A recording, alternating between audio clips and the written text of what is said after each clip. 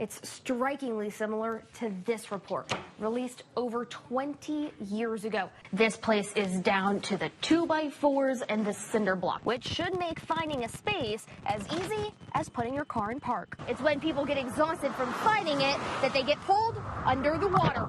Did you kill Robin and Lisa? Absolutely not.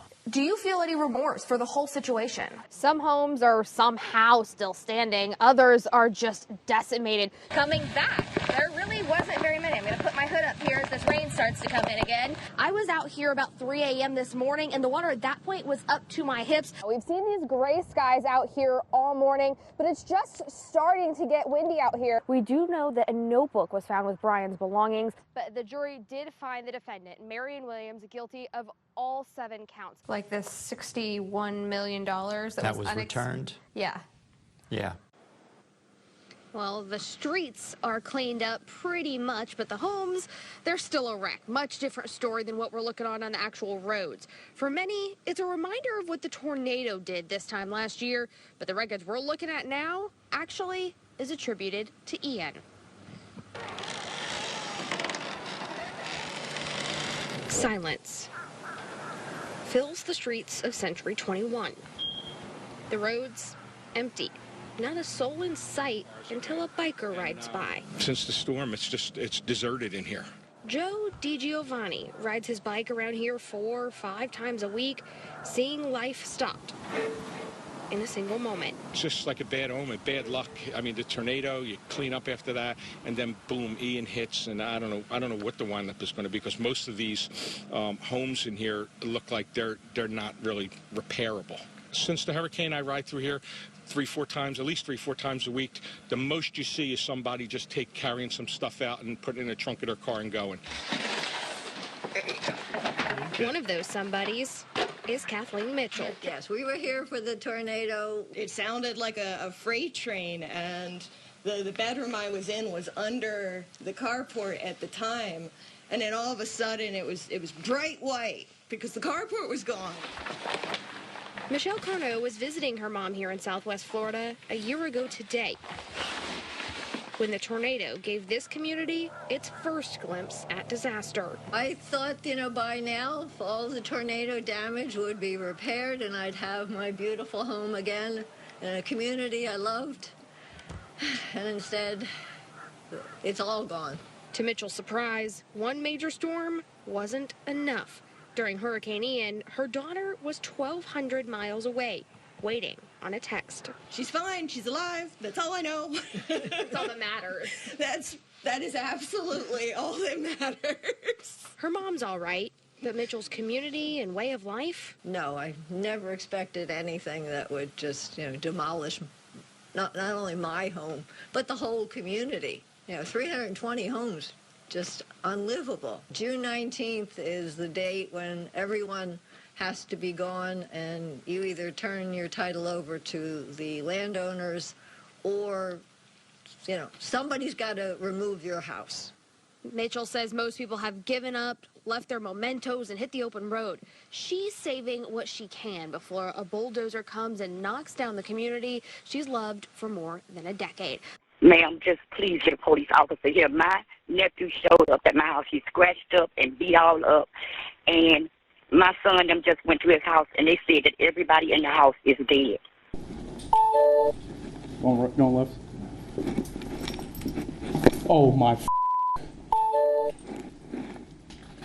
Dispatch. This start EMS 1018 for 3 individuals. We're backing out. July 18th, 2019 was a day some people will never forget. It's the day Trevane Brandon Jackson says he stabbed his girlfriend, Jerica Spellman, and 3 young children, King, Christian, and Kensley, to death. I did, okay? I killed all of them. I did. I killed them all. I wasn't thinking clearly it was myself, but not going on through my head. I did. Just didn't want nobody to have my kids. In the coming weeks, I'll bring you an in-depth look and take you back to the day this all happened. letting you take an inside look into what led up to these murders and what happened in the hours and days after.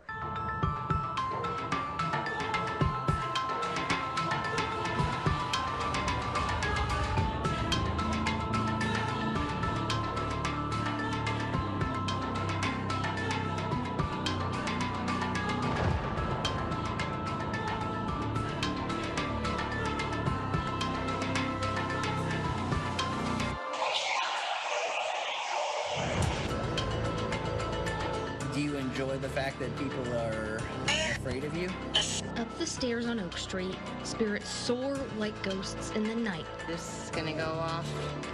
This place has been here for over 100 years, and it's been a staple of the community forever, so it impacted a lot of people's lives, and therefore I think a lot of that energy still is here based on that. Ryan and Tiffany Phelan call the historic Heard Opera House a second home. Coming here was like the first building that we ever investigated. Mr. Heard,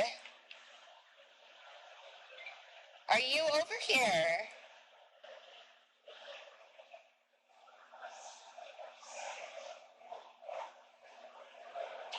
Phelan Paranormals heard from original owner J.J. Heard himself, but most of their interactions come from a little girl who died in the early 1900s. There was an orphanage down here in downtown Arcadia, just a little bit down the street from here, and they would come here about once a week or so and, you know, watch plays and everything like that. And unfortunately, a little girl was in this room and she fell onto a window pane, and unfortunately from those injuries she passed away. A rosemary still marks the spot her soul was sent out.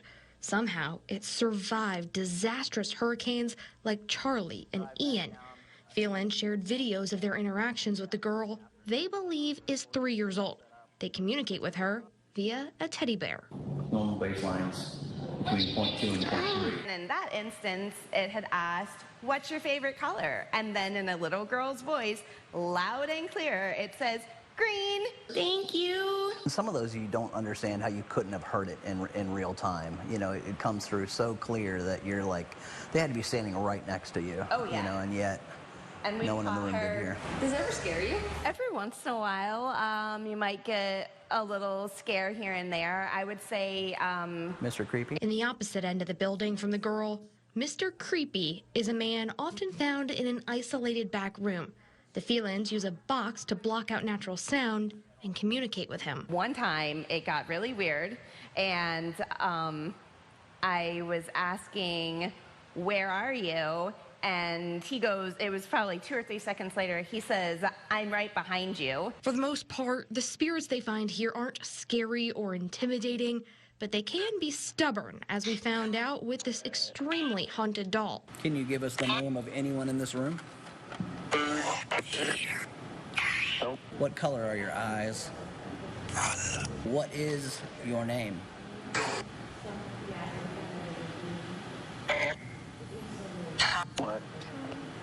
Tyler?